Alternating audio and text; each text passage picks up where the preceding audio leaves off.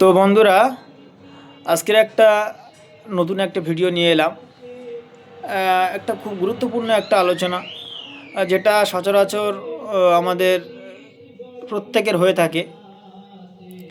তো আমরা সবাই যে জানি যে এখন বর্তমান সময়ে ছেলে হোক আর মেয়ে হোক বা পুরুষ বা মহিলা হোক বা বয়স সন্ধিকালে হোক, বিশেষ করে তাদেরকে ইউরিন, যেটাকে বাংলা বলে প্রস্রাব, যে প্রস্রাবের অতিরিক্ত সমস্যা হয়, ঘন ঘন প্রস্রাব হয়। তো আমরা জানি এই অতিরিক্ত বা ঘন ঘন প্রস্রাব কেন হয়। আমরা জানি সাধারণত একটা প্রাপ্তবয়স্ক ছেলে বা মেয়ের তার প্রস্রাব হয়ে থাকে সারাদিনের মধ্যে 3 থেকে 4 বার। এবং একটা সাধারণত মানুষের তার প্রস্রাব, তার ইউরিন যখন বিশেষ করে ইউরিনটা ধরে থাকে, সেটা হলো 250 সিসি।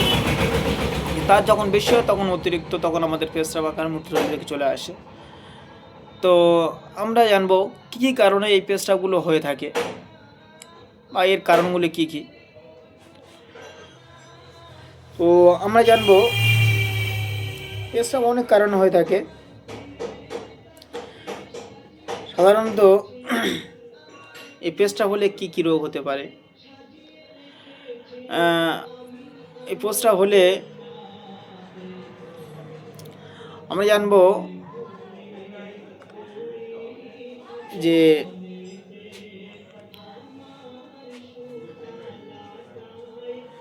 এই প্রস্রাব করতে গেলে অনেক সময় জ্বালা করে, যন্ত্রণা করে। তো আমরা একটু খেয়াল করব, যখন প্রস্রাবটা যখন ঘোলাটে হয় বা নাভির উঁচুই বিশেষ করে যন্ত্রণা করে, তলপেট যন্ত্রণা করে, তখন ভাববো যে ইউরেথ্রা কোনো একটা ইনফেকশন হয়েছে। এর জন্য আমরা অবশ্যই কোনো ডাক্তারকে দেখাবো। আবার অনেক সময় ভাববে যে কোমরের দুদিকে কোমরে ব্যথা হয়েছে বা ইউরিন ঘোলাটা হয়েছে, তখন ভাববো যে কোনো একটা কিডনির কোনো ক্ষতি হয়েছে, কিডনি ইনফেকশন হয়েছে। আমরা ভাববো যে কোনো সময় দেখবো ডান দিকে যন্ত্রণা করছে বা মূত্রথলি থেকে প্রস্রাব হচ্ছে বা তার সঙ্গে ব্লাড আসছে, তখন ভাববো যে ইউরেথ্রা বিশেষ করে তোমার কোনো পাথর জমে আছে, এটা তখন ভাববো আমরা। তো এর জন্য অবশ্যই কোনো ডাক্তারকে দেখাবে, ভালো বিশেষ ডাক্তারদের দেখাতে হবে। অনেক সময়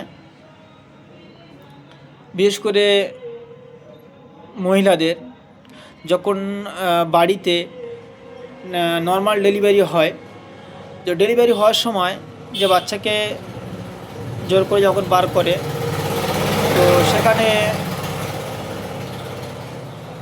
তাদের জরায়ু অনেকটা নিচে নেমে আসে এবং সেটাকে বড় হয়ে যায়।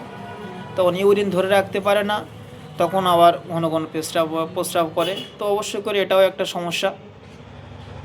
আবার পুরুষদের ক্ষেত্রে যাদের এরকম বিশেষ করে একটু বয়স হয়ে যায়, তাদের ক্ষেত্রে যে ইউরিন ধরে রাখতে পারে না, বারবার হয়,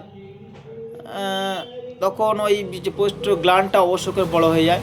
বড় হয়ে গেলে তখন পেস্টটা ঘন ঘন হয়, তখন টয়লেট খোঁজে।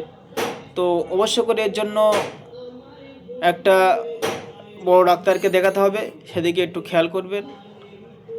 তো এই এতগুলো কারণ রয়েছে। আর যে অতিরিক্ত জল খেলে যে কিডনি ভালো থাকে এমনটা নয়, অবশ্যই সঠিক পরিমাণে জল খেতে হবে, এদিকে খেয়াল করবে। আর এইসব বিষয় নিয়ে আমরা বিশেষ করে বেশি দিন অবশ্যই করে আমরা ফেলে রাখবো না। একটা বড় ডাক্তারকে অবশ্যই পরামর্শ দেবো বা কোনো হসপিটালে যোগাযোগ করবো। ততক্ষণ আপনারা ভালো থাকবেন, সুস্থ থাকবেন। আজকের এই পর্যন্ত।